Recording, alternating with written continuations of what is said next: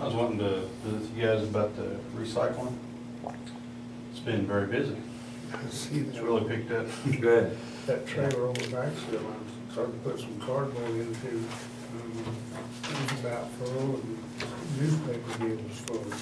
Do we have a cardboard one outside down here? No. Didn't think so. I went down there Friday and the box and didn't look around, couldn't find anything outside, so all else inside. Yeah, inside the building. I wondered about even on, think about that, on a Saturday morning that you go out there, do you think it'd be possible to open it up down there, maybe to recycle it in? Sure, that's no big deal. I mean, it'd be, make it accessible, you know, but a lot of people can't get down between, you know, the 4 So you o'clock. wanna open it every Saturday morning? No, I mean, I just thought maybe on mornings, at least once a month or something like that, that you're gonna go out there. Mm-hmm. Yeah. It might make it, you know, where people get down there on the weekend then. No problem. Okay. Last week I hauled 2 loads, 2 trailer loads, 19 boxes each. I took one to Great Bend, and they have been swamped and behind for almost a year now because they had baler trouble, and they're busy, and their productivity of getting it processed is pretty slow. It was tough even getting around with a 30-foot flatbed truck. I mean, they've got so much stuff They got a lot piled of stuff. outside, you know, and it's raining on, boxes are falling apart, they've got a heck of a mess down there. And I ended up having to take one load to Pratt because I've got half of a semi-trailer load sitting there, which is over in the other yard because they haven't got their new semi in yet to haul it. But I've got half a load of that, and I took 2 loads, and I'm just about got another load sitting there. And, you know, I've got to do something with them or I get behind because I don't. end up But with Pratt's boxes. not taking it now, or not one to? No, they did, yeah. But I did a little research when I was down there, and I'll give you guys a copy of this. I talked to a man named Roger Maxentine out of Harper, Kansas. He's with RC&D Recycling. And Pratt is one of their hub stations. And would you like a copy of that? Nick? Yep. And they said they would agree to take our stuff on a regular basis if, you know, if we chose to do so, and they would pay us for it. We would receive a check every 4 months. Okay. It doesn't have to be bailed. And they take just about everything Great Bend does, but we don't have to completely quit taking stuff from Great Bend. There's some things, you know, like, it's easier to take our glass to Great Bend because Great Bend doesn't require it to be sorted, Pratt does. And it's easier and safer to just dump it all in one box and try to sort it. And plastic bags, Dillon's Walmart bags, it's plastic bags. They don't take the Pratt, and brown paper bags and shredded English on this. So, you know, it could, we could still go with Pratt. Great Bend if you decide. You said Great Bend's got jobs up there anyhow, right now? Yeah, they're Behind. pretty behind. You know, that's something you guys can think about. And, Might be less mileage, Pratt, wouldn't it? well, that's about the same. Is it? Yeah, it's the same range. And the other advantage is, you know, when we haul with that semi-trailer, when we go to Pratt, we give them notice, or we can go up there and they'll pull you right up to a dock. And Great Bend, the way they unload it now, they take forklift and they let the pallet dolly in there, and the driver has to go in there and jack them up and bring them clear to the back truck so they can pick it up, which takes about a little over half a day to unload, and Pratt wouldn't get in and out of there in an hour and a half. Be a more efficient use of your time. Well, I mean, we thought about sporting, especially if you could have Great Bend up there. If they got plenty up there, I don't see a problem myself. Yeah, they're swamped. They're inside their building. It's just plumb full. It's just aisles are getting through, and then they're just piling up outside. It's pretty busy for them down there. And you know, when I do get a load, I call in advance, and there's times it's a week wait to get in because you know they're not getting their boxes empty now, so they can replace them all. So you want to do this now? That'd be fine. Yeah. I think probably, They would. you can't wait a week. And he said, you know, the market fluctuates on the recycles, but he said, you know, what we can see is about a 55 to 60% return on on the monies for recycling. And he said he'd be glad to come down and help me set up an education program with schools and stuff and for the recycling program. Well, a lot of people, our concern is get somewhere else going into the To a landfill. landfill. It costs Yeah. so much money hauling down there. Yeah. You know, there's still some things, you know, I have to take to Great Bend. Okay. This looks like a good out to me. Yeah, you know, and you don't have to mess with the baler. I mean, they'll take it loose. It's kind of a good deal. And the Maxfield trailer has been a mess for a couple of months. I mean, it takes twice as long to unload that because there's so much. And what I found is it's coming from Overland. There's people throwing their junk mail and stuff in there, and they're not sorting at all. And I'm assuming that it's the Overland people. Got your address on it. Well, there's about 6 to 8 different people that I found, different addresses, different Want to names. call them up and ask them? From Ophir. I can't believe that they're hauling it all the way from Ophir, but there's several different people doing it. And I assume maybe they're the ones that's, you know, because I've never really had this problem of, just every bin is mixed and it's a mess and there's trash in it. And I imagine it, you know, because they hadn't started being so bad until all this stuff from Ophir started showing up. What is it, 40 miles from Ophir? What? Yeah. Not bad. Well, they've got to drive through Kinsby, which is good. Do they have a recycling bin? I don't know.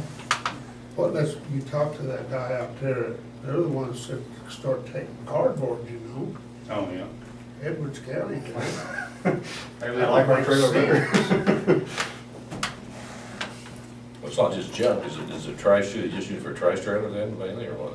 Well, there's some trash, but, you know, they're like in the newspapers, it's like they've stocked up a month's worth of junk mail and just throw it in there, you know? And, you know, the plastic coffee mill's all mixed and it's a nightmare to sort through. It takes twice as long, but, I was just kind of surprised at and there's, you know, I stacked them up one time with their names and addresses and everything, and there's about 8 different people. We might give a call, ask them if they're enjoying our. And would they like to make a contribution? Yeah. Yeah.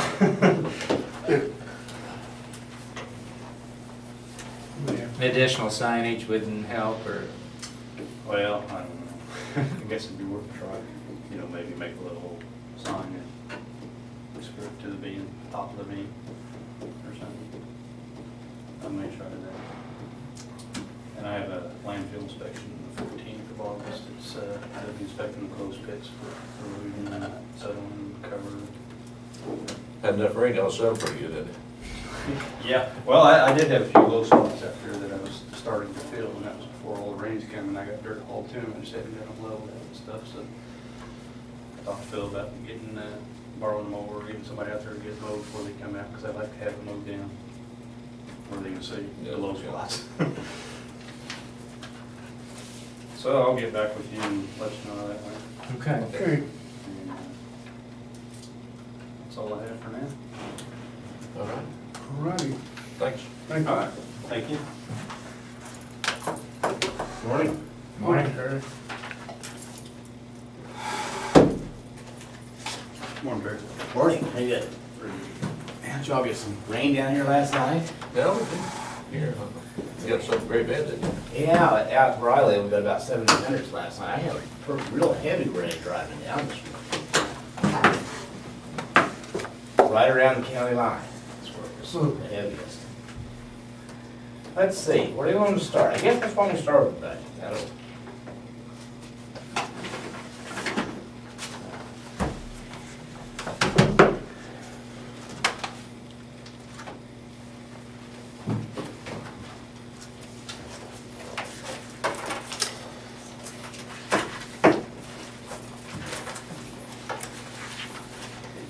There's a couple of these cemetery districts I needed to talk to you about.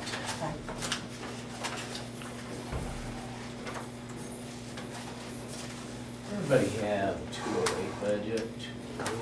208. 208, This okay. is a 7.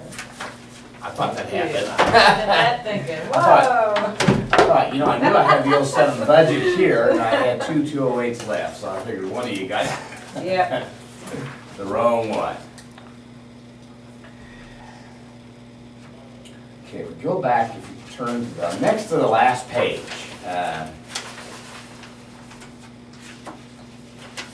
Page 35. And this is where we have the mill levy summaries.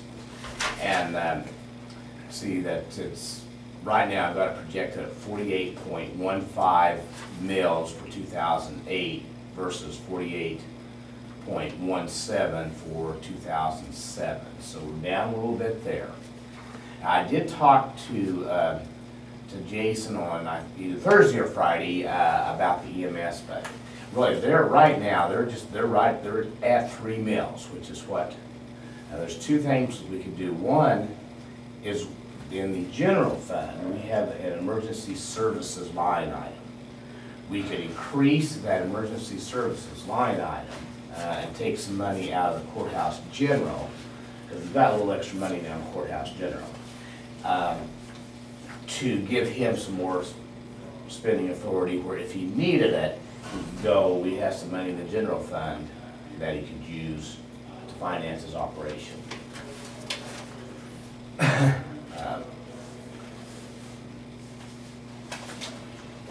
Right now, he's, right now I've got him, for the 3 mills, he'd have about $372,000 to spend. I think on his budget, he had requested, where is that?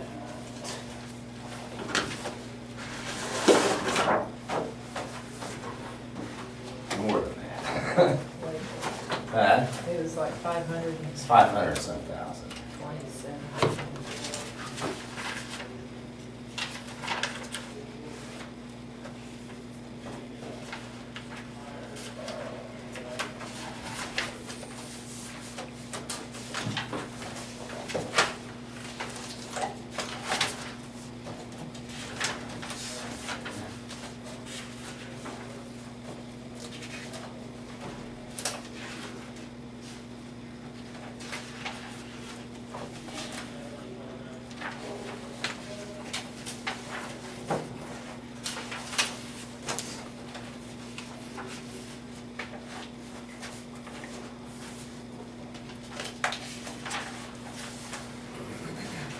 He had requested 542,000 for, so that would be one possibility, is to increase that budget. And that would be the simplest, short term, and that way he's got some money there if he needs it, but if he doesn't need it, the 372,000 is enough for him, then he wouldn't need to go into it. The other option would be to use, pass an ordinance that would increase that budget to go up above the 3 mills. Now, I believe there's some probably publication requirements for that. And we might be running that one pretty close for this budget year. So I'm thinking this year, probably the most practical would be increase the emergency services budget. Right now, it's at 20,300, and we could put additional money into that budget.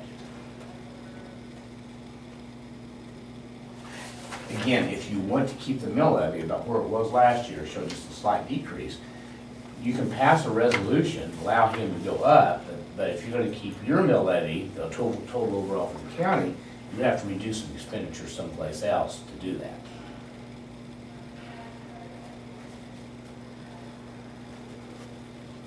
So you're saying if he runs into the bond, we could actually come out of the county general? Yes, yes, you could. Mhm. But I think Because his concern was, hiring another full-time paramedic maybe to assist out there.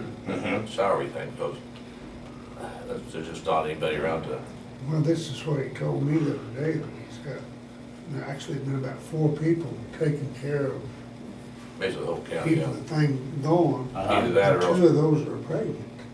Okay. So, we're gonna run into a problem here. And I don't know how big the problem could be. I know he was, actually, for someone to, a paramedic status where we can, he is, where we actually bill more than to the transfer. But we're not sure what the revenue's gonna be on it this year, neither's come to guess what his. Well, now, his revenue is up some. Yeah, it's up quite a bit, yeah, a lot. Quite a bit, but, you know, that's no guarantee either. Well, that's true. Yeah. But, you know, his revenue comes from ambulance runs, Right. and, And then you gotta staff the ambulance, and you can't, If you don't have the you ambulance can't have staff, it, you one can't other do person can't that. do all the run. right, That's you the gotta problem. have the staff there to do that. And the volunteer staff has decreased over the years, You know, but you more got kind people of a working. catch-22 here, really. You guys what now? You've got kind of a catch-22. You do. Yeah. Either that or have just the one, have a staffed ambulance service like to do Crowder, Great Bend or something with it. It was gonna be pretty expensive. That is. But that might be it might become to that one assignment. Mm-hmm. So the volunteers just aren't out there anymore. But is that what you'd recommend, Terry, is just going to the general for this year? That's what I do for this year, for. We'll see how it works out. May Yeah. may not come into that figure.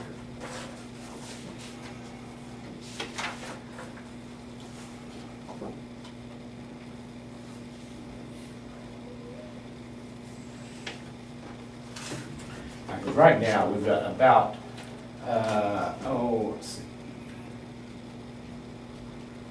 around $55,000 more in the general administration budget than what we originally had.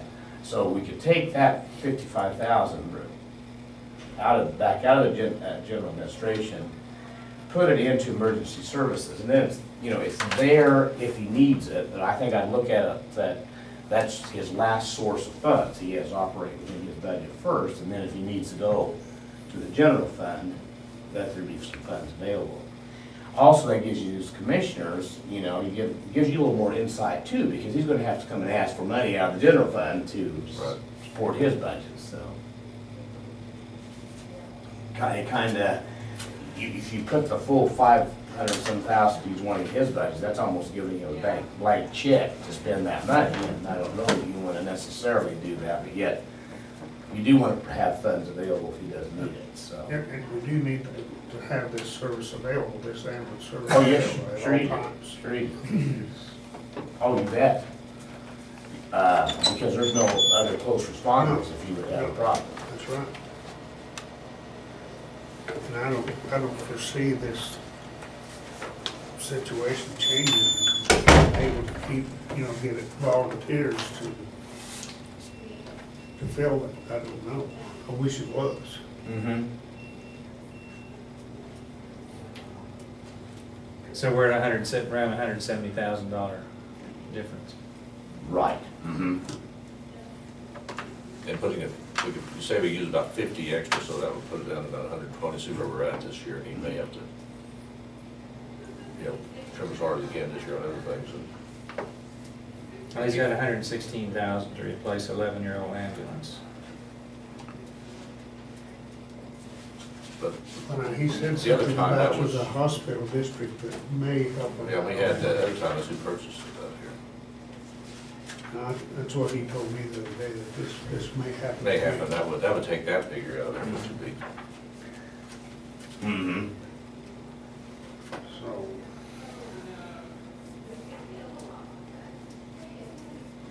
And, you know, he's got, on his salaries, and he's going up from the actual expenses of 151 in '06 up to 288,000. That's a lot of people. that's a you lot know. of people, too. Yeah. I think that might be, I think that might he's be. looking at another paramedic, but I don't think he's looking at that many maybe. So Right. I think he's got some room in there. too, probably. Yeah, I would suspect he's got some room in the salary line.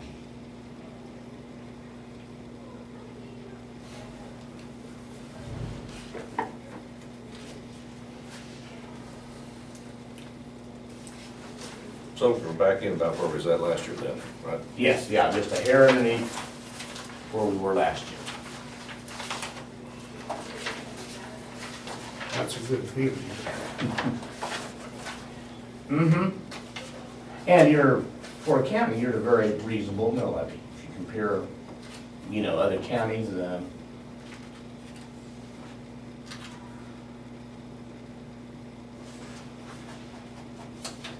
you said, it all helps. It does. Of course, it's that, price of that.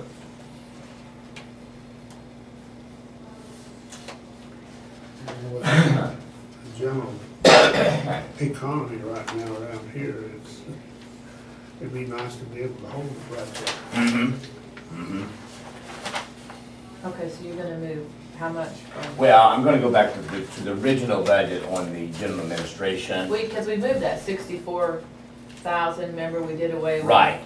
So could all of that go in? Well, and it actually didn't turn out, by the time we got the mill levy down a little It bit, was- neither, it wasn't okay. quite that amount, it's about 55,000. But that's what would be going down into the emergency services, So it's approximately 55? yeah, so we'd have approximately, Okay. 75,000 in that line item. Now, I'll put it on a new hire, as far as I'm looking at as a paramedic. I don't think they're quite that. Yeah, and it's not gonna be in the very near future, that he's gonna be able to hire somebody. No, he's been doing it, so.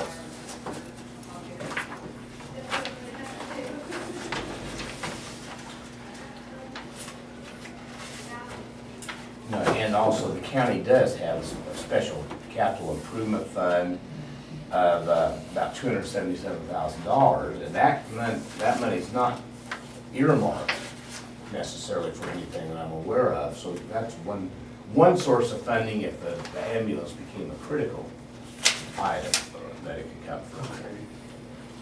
So you've Well, got, we have a building next door that needs some work It's done. gonna have some improvement coming there. Money spent over there on it. Because law enforcement will be going over there. okay, to the building to the east East here? side, yeah. Yeah.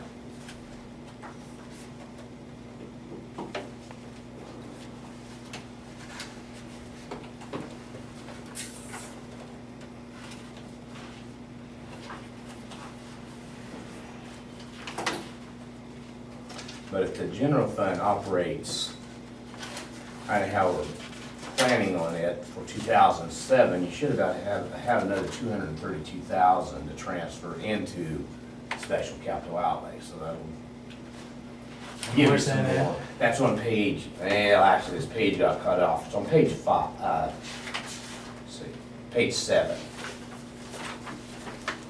And you don't see a page 7 because or page 8, rather. Right, go to page 7, it's the next one after it. Next one, page 7. Right, next one after. It's 7A. Yeah, 7A. Down at the bottom of that page, we've got the transfers. Look at 232,000 to capital outlay and 100,000 to risk management. And then also in the 2008 budget, we've got, some fairly healthy transfers there again. So saying if something would come up in the EMS area, there'd be some funds available from different places If we're in a to diversion. get it. Mhm.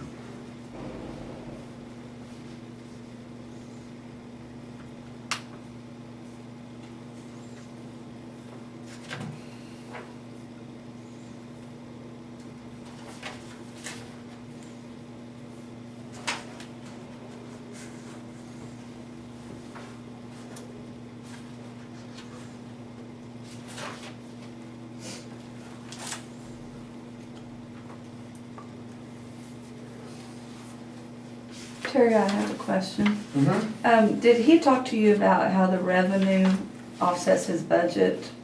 Because he came in to talk to me about it, but I was at meetings. Uh-huh.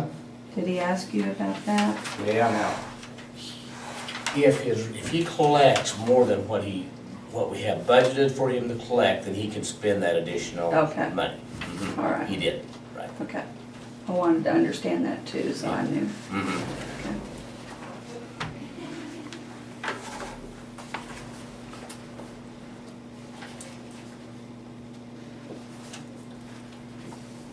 Okay. Okay, I think the rest of the budget, we pretty well talked about it. Of course, with the county budget, if you go back to the very last page, you'll see we also published for this page has the rural fire district, as well as the cemetery districts. And this is just published with your budget. Is that on 35, or very, The 35A? 35A, right, very last page. This really, because it's just published with your publication, but it is, of course, nothing the commissioners have control over. They're just publishing it for these other, for all these cemetery districts.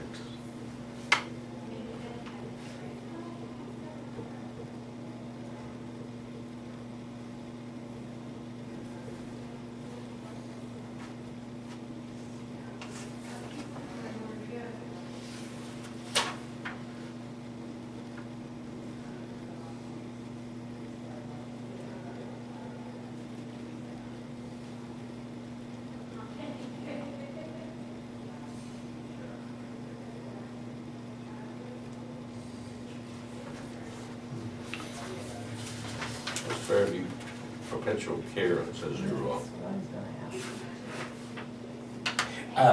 That is a fund where they've had donations that have been, money's been contributed to that Oh. district, and they just set that up in a special account.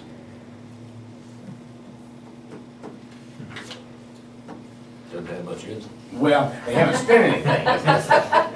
They haven't spent anything. It does have a little money in it, but they haven't. spent 0, 0, 0. Yeah, it's- Okay. I was wondering that too, how they were gonna spend it with a zero balance. Well, all this shows is what's being, Activity. the activity, yeah. They actually did have a little bit of money in that. Well, they actually have quite a bit of money in that. They have $81,000. Really? I Uh-huh. wonder if we could borrow that. Got it. You know, someone may have died and left a chunk of money to him, I suspect is what happened. Mhm.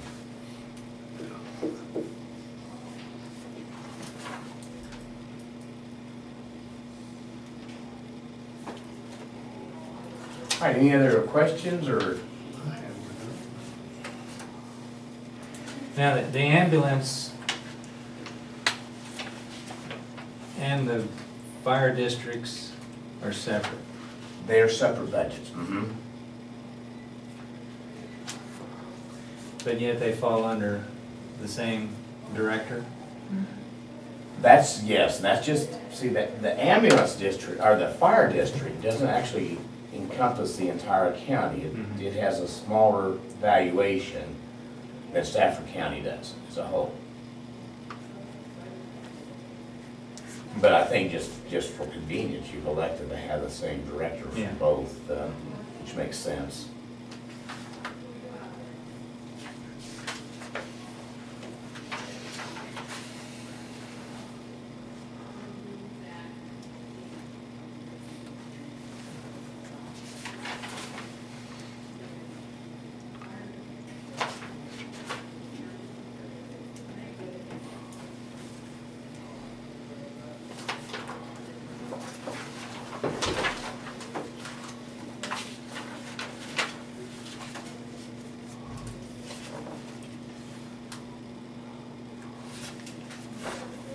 Okay, I guess my answers, or my questions are answered. I have no other questions. Okay, I think we don't need a motion today to approve the budget for publication. I'll go ahead and make one change we talked about, and The publication page won't change, will it? publication page I? will not change. It shouldn't, so No, I'll it go will ahead not. and get this to the paper. Sure. Okay. I would entertain a motion to approve the budget. I make a motion to approve the 2008 budget for publication. I'll second it. Been moved and seconded, we approve the 2008 budget for publication. All in favor, say aye. Aye. Aye.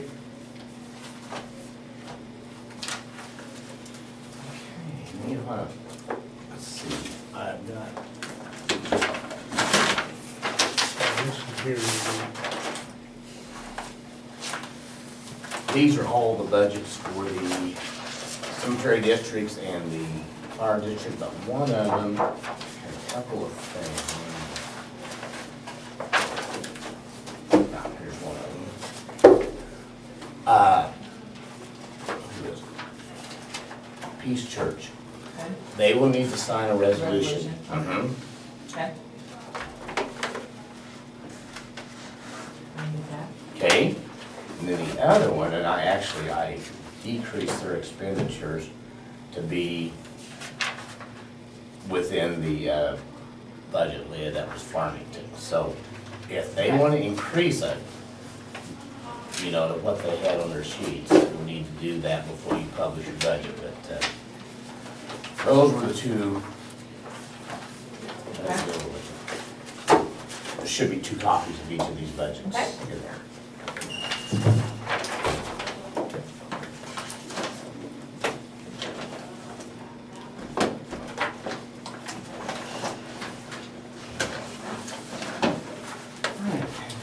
Audit reports for last year that we go through.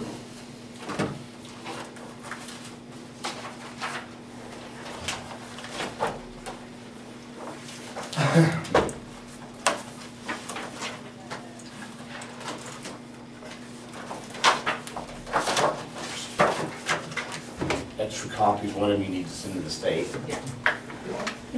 Thank you.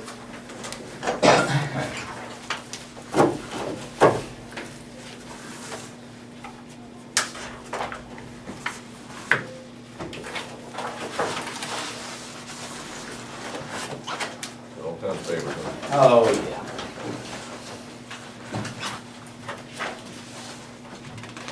All right, the audit report. Again, we're turning to page 1 of the report, and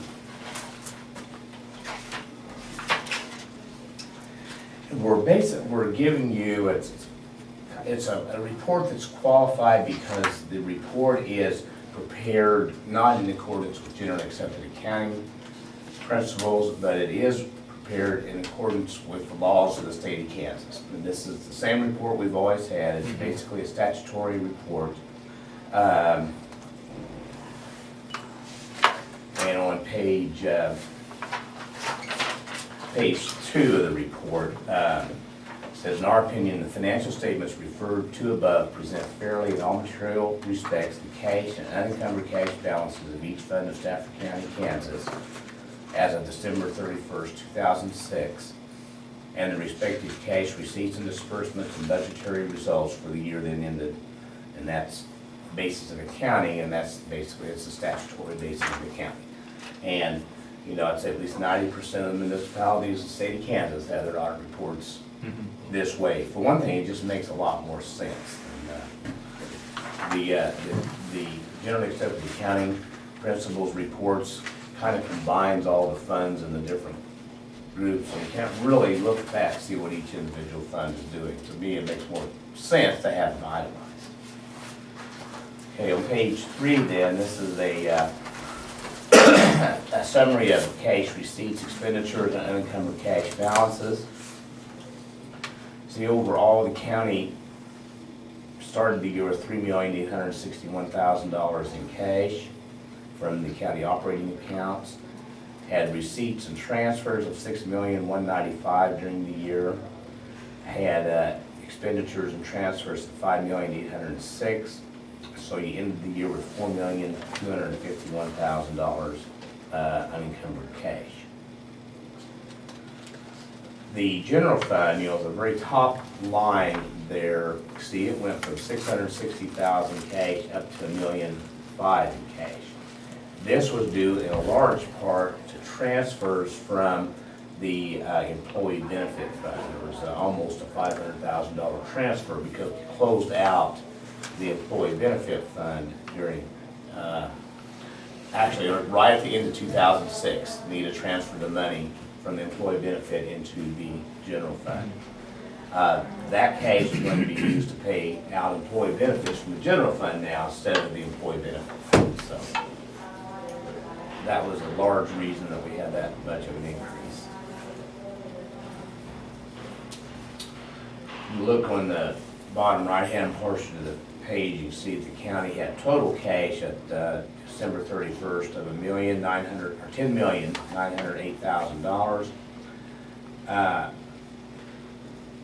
good portion, about $4 million of that though, or about $6 million of that is monies the county has collected for, the tax monies collected by the county, which was distributed, most of it would have been distributed in January then of '07. As you know, the first tax collection comes in November, December, and then that money is held by the treasurer's office and then distributed out in January.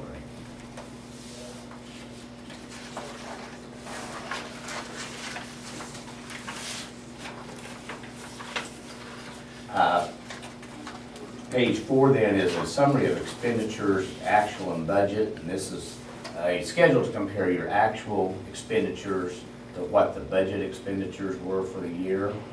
What we're looking for is in the variance, as unfavorable variances would indicate that you have a budget violation in that you spent more than you budgeted to spend. See, we have a budget violation in the employee benefit fund. However, because you budgeted to transfer all of that money to close out that fund, it's not a statutory violation. You're permitted to do that when you have the budget authority to, or when you have budgeted to close out a fund.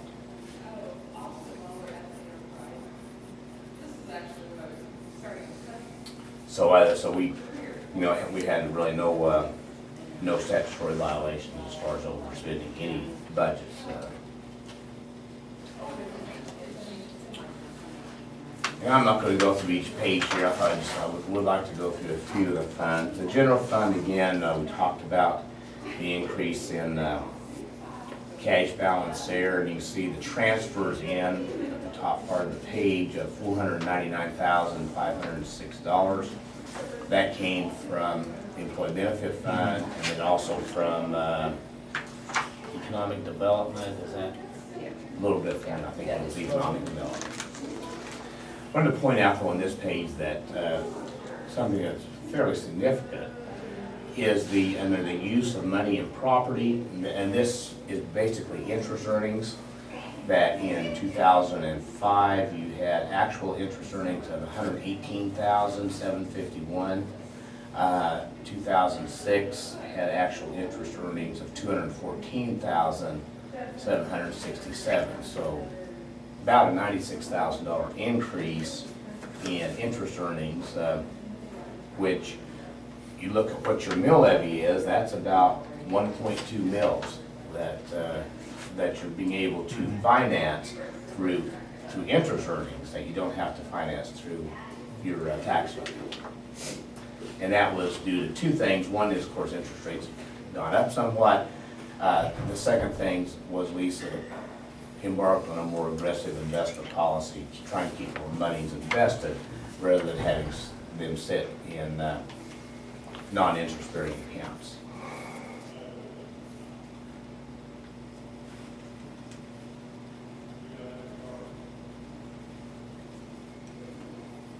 Also, I think of interest on this sheet is the comparison of the actual expenditures for 2006 to the budget. And if you go down the variance column, you can see with the exception of the courthouse janitorial, we had a very small excess of actual over expenditures of $1,088, but all the rest of your departments spent less than what their budgets were. That's kind of an indication that your elected officials and department heads are not looking at their budget and saying, I'm going to spend all of that. They're being more frugal than deciding to spend money that they need to spend, but not spending money just because it's there available for them to spend.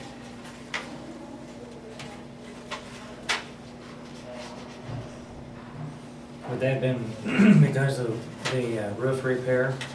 Would that come under, or would that come out of general? Should come out of general. I would have to look, I don't know. You mean on the janitorial? Mm-hmm. No, that's, we're only looking at $1,000, and that's probably going to be salaries. I would guess it's only salaries, $34,700.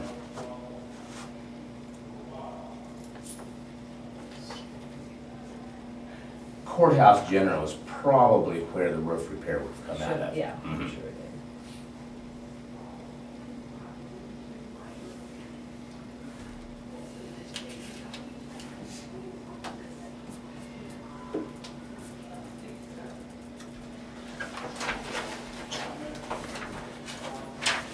Okay, the ambulance fund, also basically the EMS fund, you see that in 2005, we had actual expenditures of $234,000. In 2006, almost $250,000.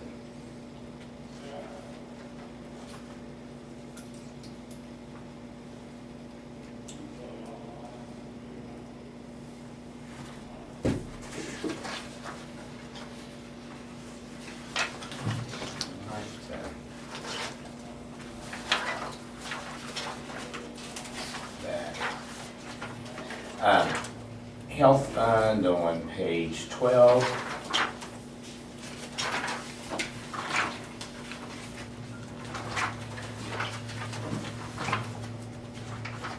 And that's the fund we have to maintain our level of effort for your mill levies in order to maintain or to keep the same level of funding from the state. Even at that, you can see that in 2005, we had $56,000 of intergovernmental monies, when that's basically money from the state and federal government. That amount dropped, went down by about $6,000 to $50,000. So I don't know for sure where we're looking at this what year. She but, said it went down a little bit for this yeah, year too. that's kind of been a trend. That the state just is Some less money. spending less money.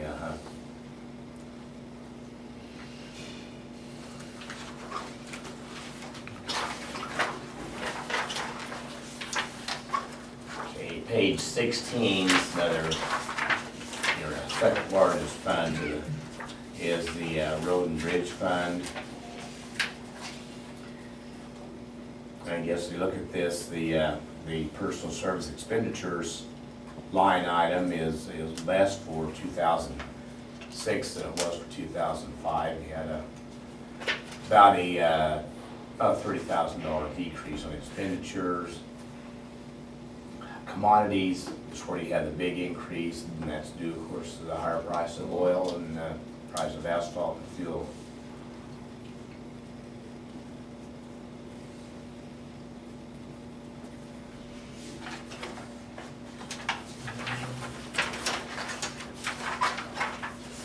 I don't know, are there any other particular funds? I mean, I'd be glad to go through every fund list if you'd like to do that. I think it's fairly straightforward.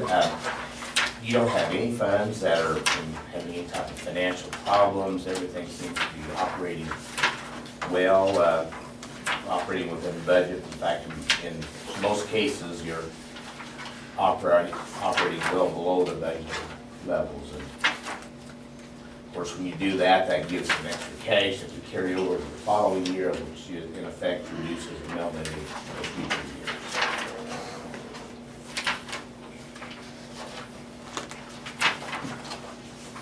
Might take a look on page 34.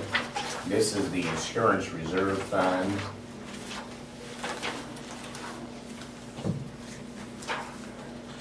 And this is basically just the fund that you use for your clearing your health insurance and providing a reserve for deductibles and those types of expenditures.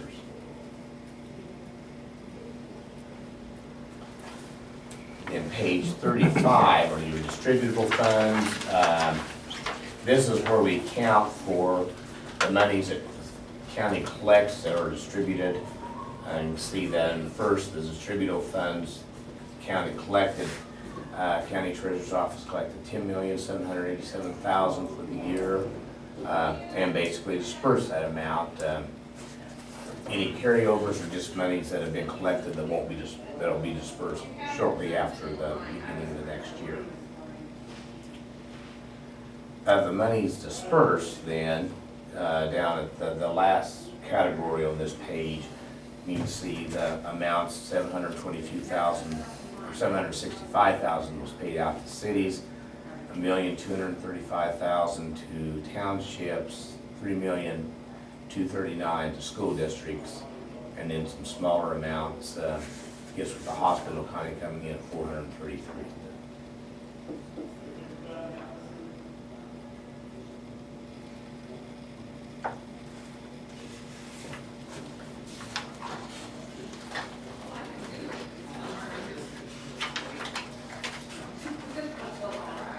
Really went. Together we have a little bit of supplemental. We didn't.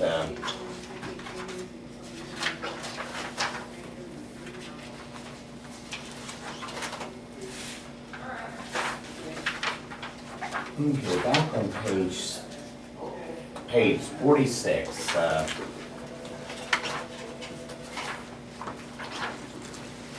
Just putting a schedule of the certificates of deposit that you had at the end of the year, showing you where that money is at the end of the year. You had 176 at the American State Bank in St. John, and St. John National, 657,000. And then on page 47, we show reconciliation of the tax roll. The county clerk's abstract, the 2005 tax roll at $9,251,000.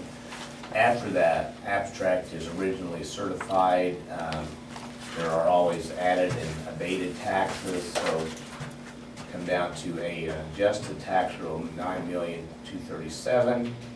Of that $9,237,000, $9,115,000 was actually corrected. We had refunds out of that amount of $3,616, so we had net collections of $9,112,000. The money that wasn't collected was $29,000 of delinquent personal property taxes, and then $96,000 of delinquent real estate taxes.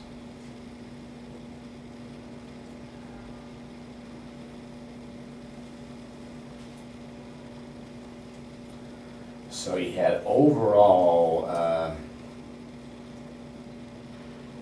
little over a tenth of a percent, or a little over 1% non-collected tax. So that's I would say very good.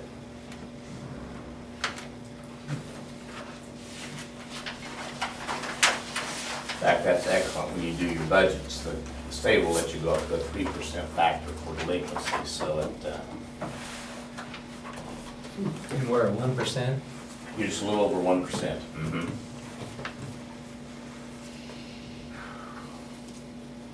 Yeah, maybe 1.5%. That's still that's a low percentage. And a lot of that you're going to eventually collect, because it's delinquent taxes on real estate. So at some point in time, that'll go to a tax sale. So you're going to collect some of that money then. It also seems to encourage them to pay them if they put it on tax. It does, yeah.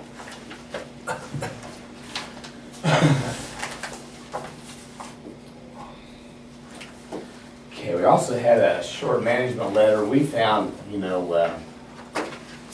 didn't find many problems with the county officers or with the departments that we were auditing this year. Bottom of the first page, we have a significant deficiency in that we're saying you do not have proper segregation of accounting duties, and that's strictly because of the size of the county. You just don't have enough employees to really get segregation of duties spread out. So all we're recommending here is that you work within the framework of the employees you now have to just get the best internal controls with that one limitation.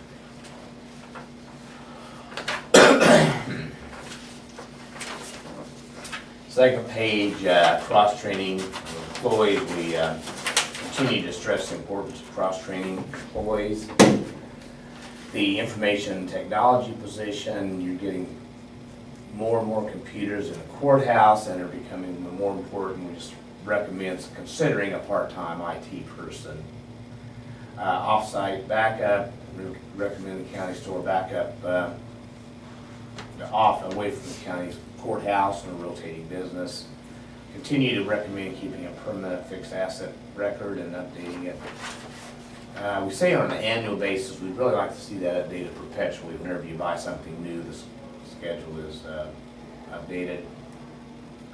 Contingency plan, you don't currently have a comprehensive contingency plan, and we recommend that a comprehensive written plan be developed for the various disasters which could strike the county. Of course, Tornadoes. right, yes, exactly.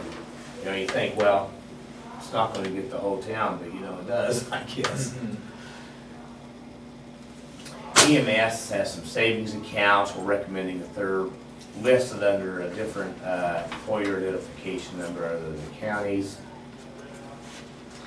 On their accounting, we recommend they switch from Quicken to QuickBooks because QuickBooks has a better program in it for tracking their accounts receivable than what Quicken does. Recommend increase pre-numbered receipt books used to record the payments from customers. And then also that entries in the computer should never be deleted. If there's an error in posting, it should be corrected through an adjusting entry rather than deleting the entry and re-entering it. Sheriff's Office, they've got 5 bank accounts down there, and there's about 3 of them that really, or actually 2 of those should be probably moved up to the treasurer's office. There's small amounts, but probably don't need, and we've talked to him about that. He doesn't have a problem moving those. In fact, he wondered, before we talked to him, maybe he should be doing that, so.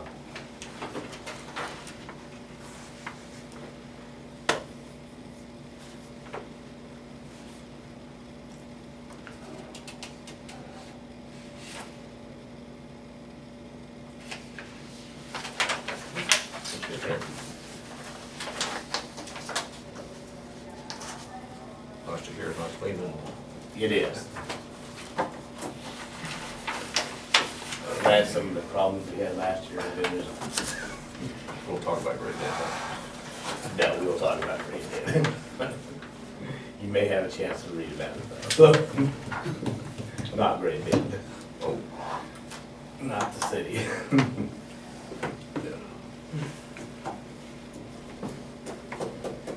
I wish that one problem was completely resolved, Mhm. but it's not here.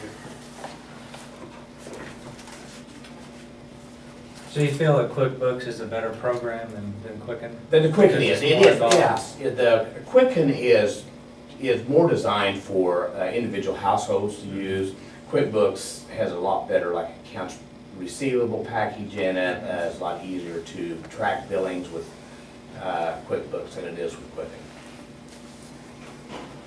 And you're not looking at an expensive No, no, program. no. They're not very expensive. And if anyone has experience using Quicken, I mean, they can move right into QuickBooks because they're very similar in operation.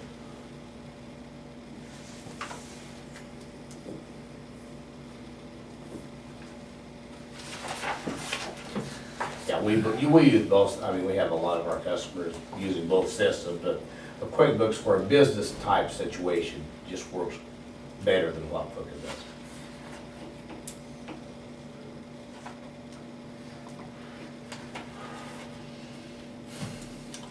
all right, that's good. Okay, Nina, I will, really don't have much, I think unless the townships want to change, and the budget should be ready to be published, but you might let me know once you find out.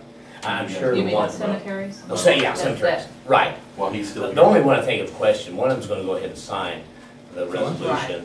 The other one, I did reduce the amount of their budget to get down to the tax lien computations. I will call him. Okay. Terry, while you're still here, Yes. let's go through Jason. Hi, Jason. Hello. I'll explain what Morning, Jason.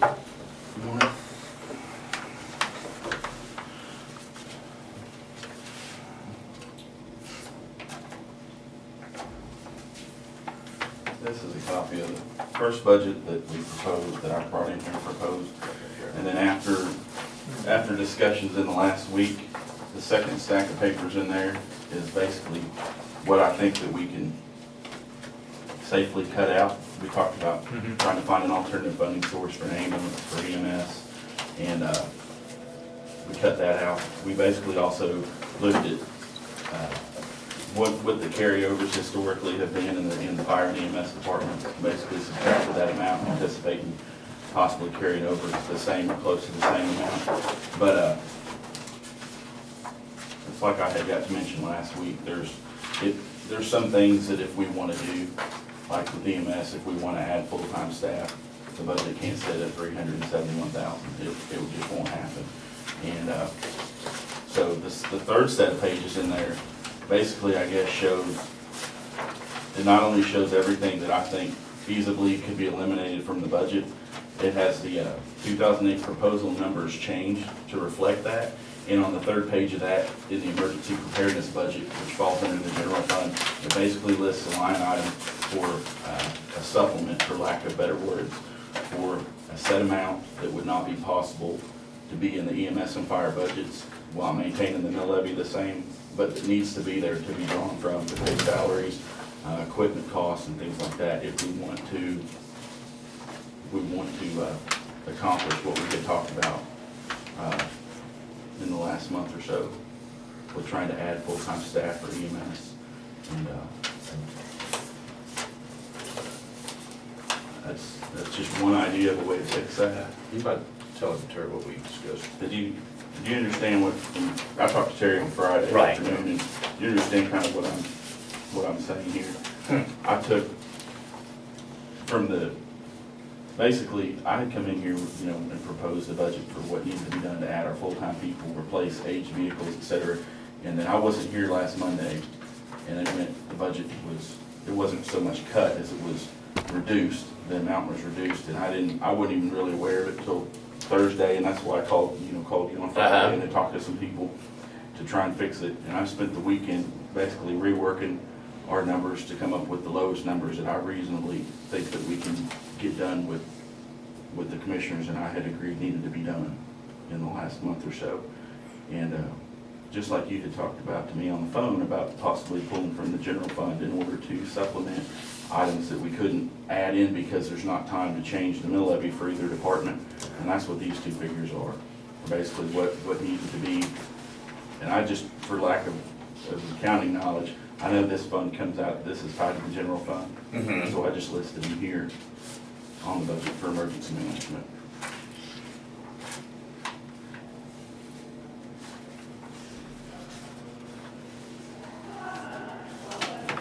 And I've tried to figure out ways that we can make all this happen with the same amount of money that's been in the EMS budget every year, and it's just not possible to add full-time people and maintain the exact same budget that they've been operating under.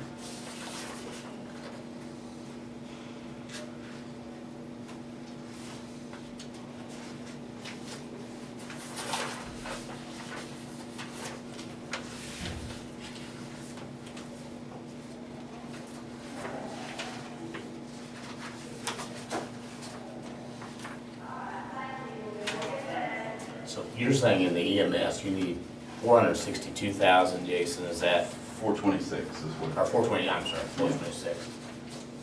And right now, we've got you at 371. Well, actually, 372,680. Okay, 372,680. He's the numbers guy. Well, I made a few changes since I talked to you, I brought that up to the maximum, so.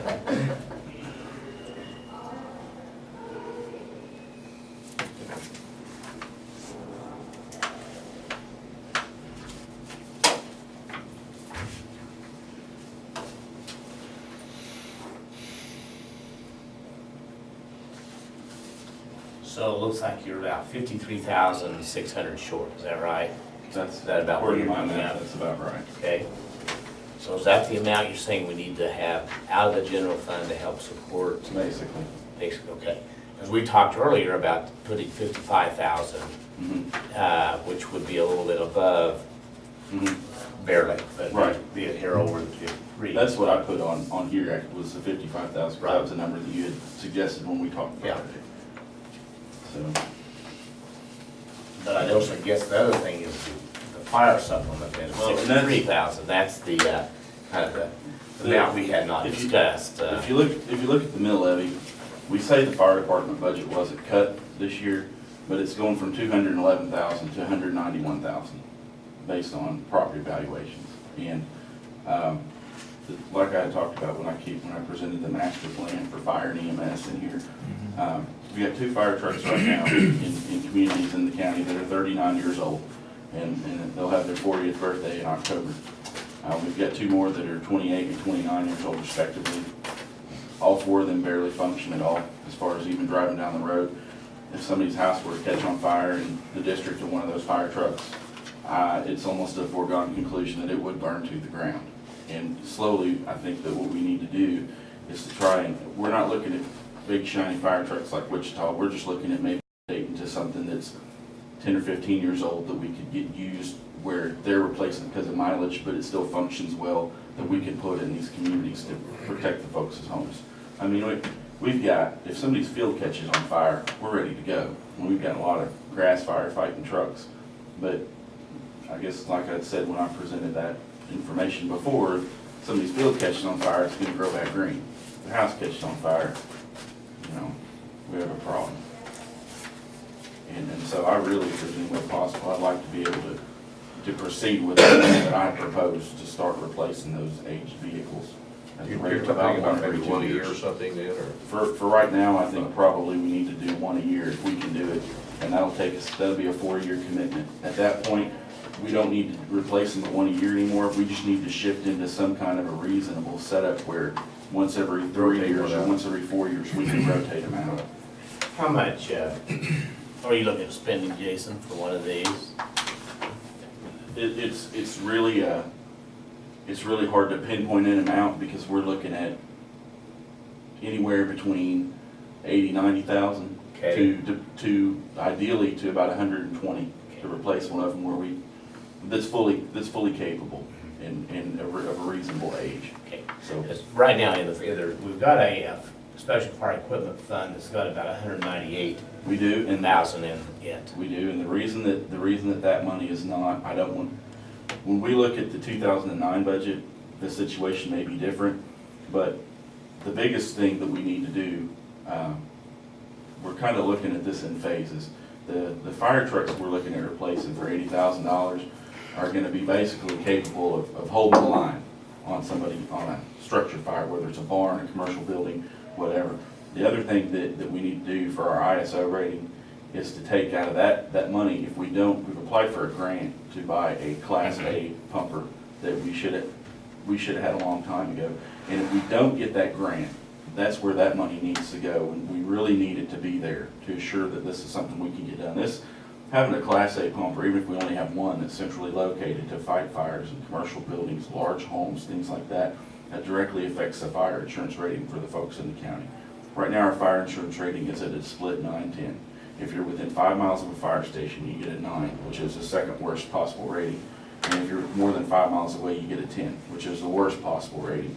The only way for us to improve that rating beyond a 9 and lower folks' fire insurance is to actually have a rated, approved Class A structural firefighting piece of equipment. And if we can do that, we can make minor changes to other items in the fire department and potentially lower our fire class rating from a 9 to a 7. And if we could do that, we're looking at the average homeowner of a $100,000 house saving about $680 a year on their homeowner's insurance. So it's basically a trade-off. Do we want to spend the money to try and improve fire protection and let folks save on their homeowner's insurance, or we can let them pay high homeowner's insurance and not get the fire protection? Ultimately, in 3 to 5 years, I'd like to see it just be a wash where maybe folks are paying slightly more for fire protection, but they're paying a lot less for their homeowner's insurance. That's the trade-off for doing that. Did you say that you applied for some grants, but they're not looking very favorable right now, is that right? I wouldn't discount our chances, but the only reason that it's not favorable is just simply the large number of folks that have applied. There's over 12,000 applications in the country for firefighting vehicles, and historically about 1,500 of those are awarded. So just based on the percentages, it doesn't look well. Do I like our chances? Absolutely, because we're basically a fire department that does not have a, as far as ISO is concerned, the insurance services that gives us our rating, as far as they're concerned, we don't have an actual firefighting pumper in this county, because none of the vehicles we currently have are rated. That should be in our favor then for the, It should, and so I like our, I like our chances, but it's still not a guarantee. And I would be interested in seeing how this year goes. Of course, if we don't get it this year, we'll apply again next year. But after that, we get to the point that, although I'd like to get one of those grants, we basically just are at the point we have to move on it and get something done.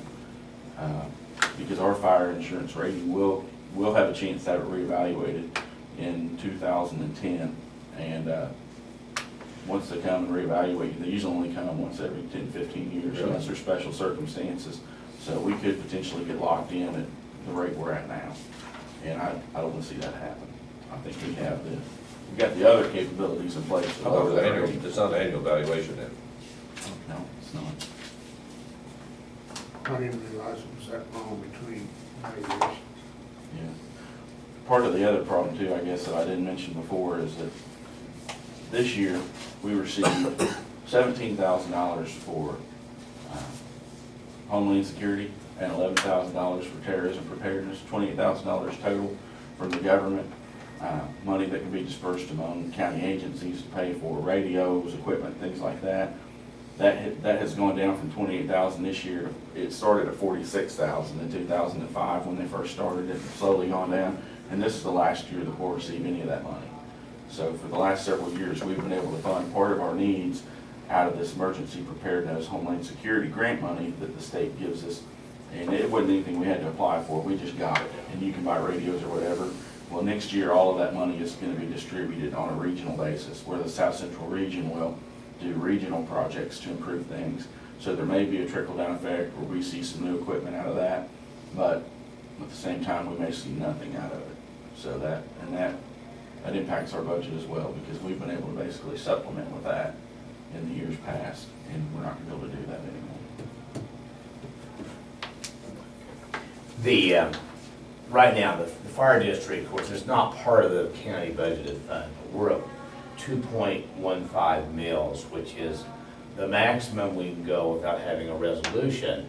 But we could have a resolution for the fire district, and if you, 1 mil for the fire district basically will bring in $60,000. So you could have a resolution if that was what you wanted to do, and increase that mill levy from 2.1 up to 3.1, then it would bring in another 60,000, which would be right about the amount Jason was thinking. Is this a little bit short, but probably 60,000 would work with that.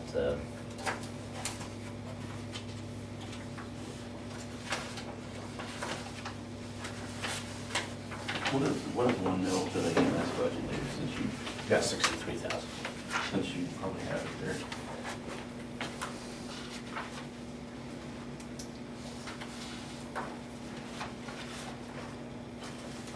So actually about 77. 70,000? Right. But that means you're taking a mill away from another county function if you increase the EMS budget. I'm just trying to get a number. Yeah. Yeah, so it's 69,674. So the EMS is tied to the general fund? It's part of the county operating funds. The fire department's totally separate. And the fire department's totally separate, right? I'm just learning as we go. Sure. So am I, because I asked that question about 10 minutes ago.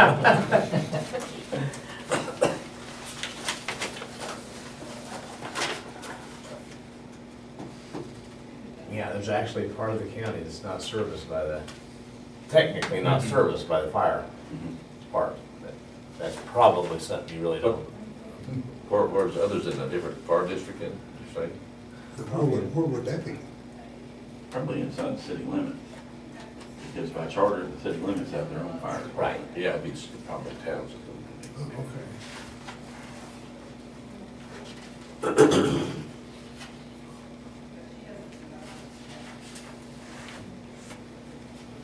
So where was the fire, what page was that on, Terry? Okay, very last, the publication, the very last page Oh, okay. shows the, what the mill levies would be. And it's the first item. All right.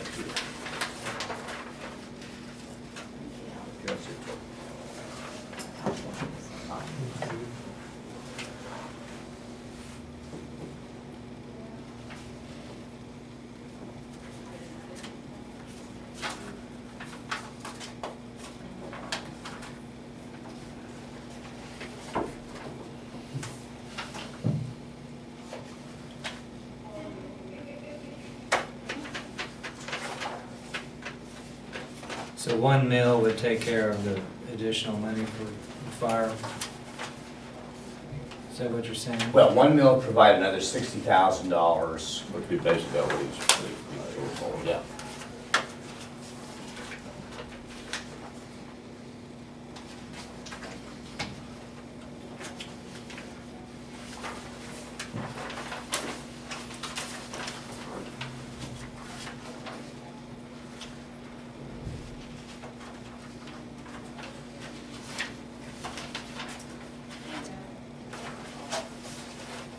And you want to keep the 198 in reserve? At least one more year, and let it, I guess let it grow at the rate it's been growing at, where we know it's there if we need it. I think we have a choice. I don't either. You know, to me, it looks like you're going in kind of a new direction with your Right. fire and ambulance, and, you know, just trying, it's gonna take financing. That was our- And that was his plan. The long-range plan was trying to get back Yeah. in. Yeah, it was a few weeks before the budgets. I presented basically a 5-year plan to get us state compliant, federally compliant, and basically at a reasonable level. And then we're looking at, in years beyond, basically a maintenance plan, Mhm. how we can just level that off. But you're saying, understand this right, if we get one of these trucks, that could put us in a lower rate on our insurances? We don't, You basically. don't know they come out here though, do you? I mean, I talk to them quite often, and I kind of have asked them that if they can to give us a couple of years, kind of put us in a holding pattern, and I'm supplying them documentation that they require How we're- annually to make sure. How we're it's the updating same. our equipment. But it's hard to, I guess it's sort of complicated, but we're basically, we don't have the luxury of, in every fire station, sitting a structural firefighting pumper. Like, for example, what you see here in St. John that they bought. We don't have the luxury, I don't think, of putting one of those in every fire station. Not as far as the population is. Not the way the population is. But at the same, so we need fire trucks that can do everything. The trucks we're talking about replacing these old Army 6x with, it'll still be a 4-wheel drive vehicle, the PTO pump. We could take it out in somebody's field, in the CRP field, if we had to fight wildland fires.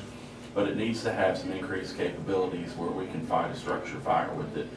Basically, we're looking at holding our own with one of those on a structure fire until we can get our one centrally located structural firefighting piece of equipment there. So it's basically being done in stages. And that's the best way I can come up with to illustrate what we're trying to do. We can't afford to put a big Class A pumper in every city. We're gonna have to put one centrally located that can go to any structure fire in the county. But to even hold our own to have a chance until it gets there, we're gonna have to have some slightly increased capabilities in these other stations. I mean, does that explain it well enough? Yeah.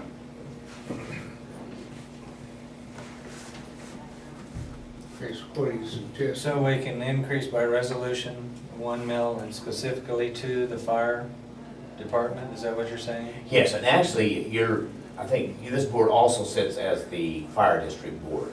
And so you kind of put on a different hat and you pass a resolution as the fire district board, and that's That- basically does that all it not takes. affect our- does not affect the county mill levy.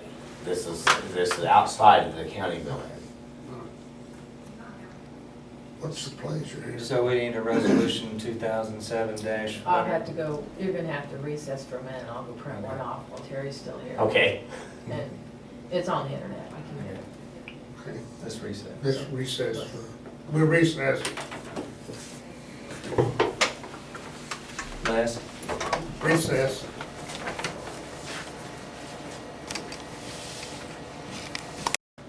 $882 would be 18.3.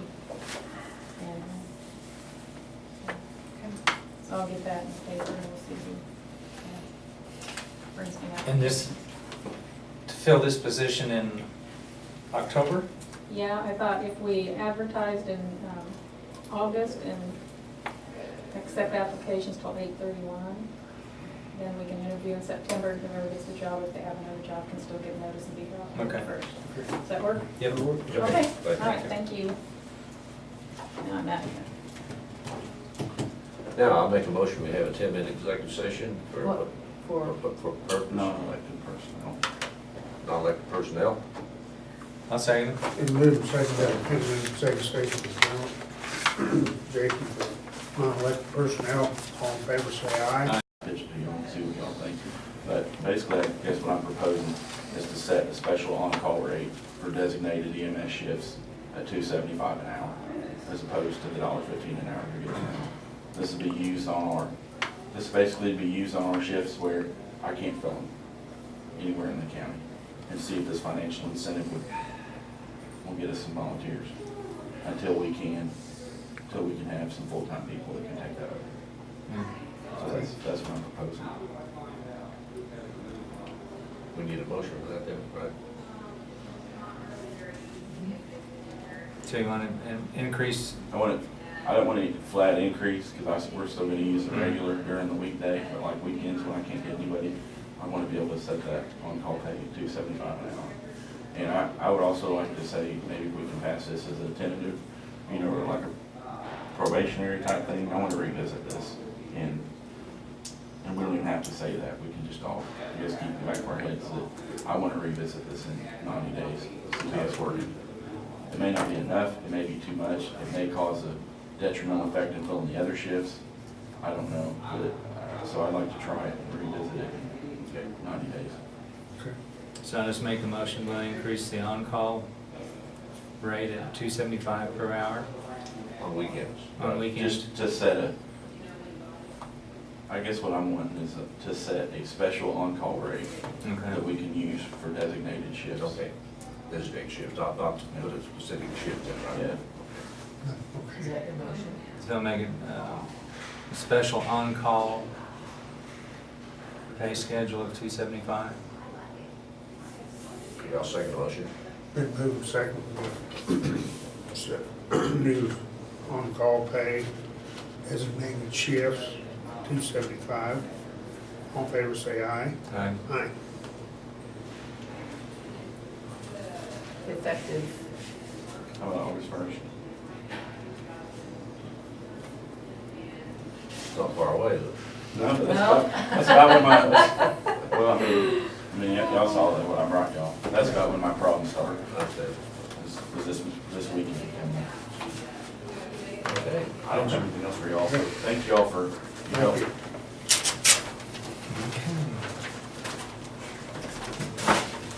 I guess we'll do something here. Okay, first of all, I came up with the bottom line that you wanted, and I took out the improvement and of the 10,000, and I took out for the $5,600 out of the salary. We really didn't specifically talk about where you wanted the other 3,000, so I just kind of took some out of a few other line items. So I came up with the bottom dollar amount that you wanted. So I just wanted to show that to you. And there's the, for the line items for your budget that you can see, so. Now you're gonna start on putting the tax rolls in the salt mine. Yeah, I do want to go ahead and. I'm thinking about that. Those are just book volumes, aren't they? They're not on film, are they? No, Well, why can't they think that there's not gonna be sensitive to temperature changes? I'm wondering about maybe their new annex over here, is maybe a place in there, we could store some of that No, stuff. books are sensitive to temperature changes and humidity changes. But mostly is, well, they're inside the courthouse, and it's not 70 degrees year round. Yeah, back there in the vault, I keep it pretty controlled. But that's I do the for that question, if purpose. it's gonna be over there, it's gonna be air conditioned, heated over there too, just like it is over here. I mean, it's not gonna be like in a storage building. Yeah, I was wondering, maybe we could save that money and store it over there somewhere. okay, do you want to get a fireproof facility, a vault? You know, can we build a vault then to put it in because it's currently in a fireproof Involved. vault? Now, my brother-in-law bought one of those down at Greensburg at John Deere dealer. And it wasn't all that expensive. I was just thinking about, you know, because the volume is what makes it so expensive now, and they're pretty good size, like your film is not, you know, that's my, I was thinking about that, if we could just store it somewhere that. Well, after this initial year, it'll only cost about, what was You it? said it had $2,000 a year. 2,000 a year. $2,000 a year, Of but course, that's, that may that increase. goes on for, you know, for 2,000 years, 10 years, you got 20,000, and we don't have anything, that's my thinking about. Well, could we look into the possibility of purchasing one of them fireproof? Well, I don't know what it takes to put them in, even. Now, this one, he took it down the stairs into the basement. Yeah, but I mean, you're looking at one, not, she's looking at You're something, gonna not have one. to have a whole room. for You're gonna have this. to Oh, have a really? room as big as These my vault. are Okay, books. Big books. I Yeah. mean, they're Yeah. big, okay, all right. Yeah. and she's got shelves and shelves and shelves of them back there. I mean, there's, from, what's the beginning year? Oh, 18 something. Yeah, but you don't ever, do you ever use them very much? No, but we're required by You have statute. to I know you have to keep it, but I'm just asking, you don't have to go get them and use them all the time. Right. And if we did put them down the salt mines, if they had to be retrieved, that would be an expense we would put onto the client, to the, whoever was asking for Well, the I just retrieval. thought, you know, what we could make arrangements Well, here. or I had something. even thought about microfilming them, but you're gonna, Take a long time and, and really, I mean, That would be expensive, wouldn't it? yeah, but technically to preserve, I mean, we got books where the ink is already fading. So, I mean, if you're gonna get that, you really do need to look at microfilming, but I didn't. I mean, we could always put that possibility too, but that would be a lot more costly. But there are books back there where ink is already Yeah, I'm starting sure. to fade, and we're gonna lose that. that's not a long time, I imagine so. I mean, it's just going to deteriorate with it. And that's the importance for, you Yeah. need humidity controlled and temperature controlled environment, and then a fireproof environment. So, now, what are we talking about, a cost here to do that right now? Well, the Initial initial cost cost, was $6,100. Well, I think your upfront charge was $2,000, wasn't it? yeah, just for the rental every year. And I do have growing room in that, that's a whole room. So I know Nina's might have a possibility of bringing some stuff down there too, so there is growing room in that room. So would you have to take them over there, or in this fee, they would come and get it? No, it would be more expensive if they came, but in that cost, I'm planning on taking them to them to save money. Well, I Because just, I know that a 2 cubic foot storage area down there is minimal, but they have a $132 annual fee. So if you're gonna rent a space down there, you wanna rent more than Right. 2 cubic feet. Right, if I would have went It's by gonna- cubic feet, it would cost more than for me to rent the whole room. Space, yeah. and you got room to expand this room, put other stuff into it. I mean, this is just one price for one room, and that's, Right. And then Now, if you want me to, I could sure get some quotes on what it would take to build a safe, or not a safe. I'm not sure it's a good idea. I just think, I think what the I point think was, that they're going. but I thought, we're saying, well, maybe since they're not, I was thinking more like film, which has to be a constant 70, and that's why they'll keep the film stuff out of the books require the same thing. I thought, we got a building, we've got to have extra room in, you know. But, Yeah, if you- It'd be prohibitive to have it. It would cost us a fortune to be able to say, I know. Then you have to buy insurance. Right. Yeah, I think we're probably better off with it. Just a thought, just a thought. Just a thought, okay. And then I have my quarterly report to give you guys. Okay, this is for the quarter ended June 30th. On the first page there, certificates of deposits with Farmers National, St. John National, we got 1,677,000. Our liquid accounts, which is just basically our checking and savings accounts, 5,300,000 for a total of 6,989,000. And as I've explained to you before, I'm doing a laddering system on our CDs, having one CD come due every month. And then, so I got August through December of more CDs to go to get yet. And my thinking on that is if we need money, if I have too much in CDs, if we need it for expenses, I'll have one CD that I could cash every month if I needed to help cover payroll and expenses. Second page is just a breakout of CDs and liquid accounts on the graph. Just showing it broken out on a graph. Interest rate benchmarks on the next page. This just shows you my different CDs that I have. How much is T-bill rate and how much is interest rate. So I'm still currently getting above T-bill rate for our CDs.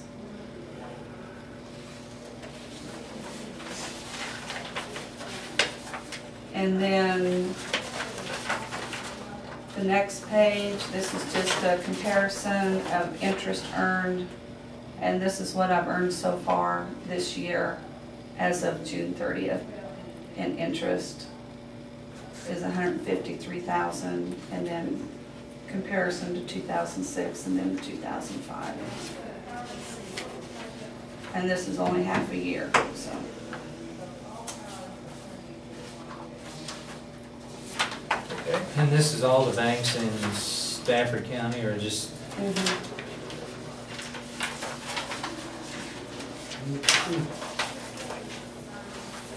But the CDs are in the Farmers and the St. John National Bank.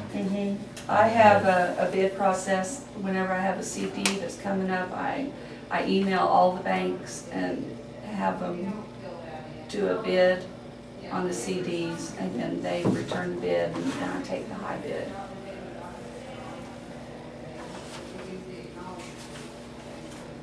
So the liquidity accounts are in all the banks in. No, not the liquid accounts. Those are St. John National and American State Bank. Those are the banks that I use just to put our daily deposits.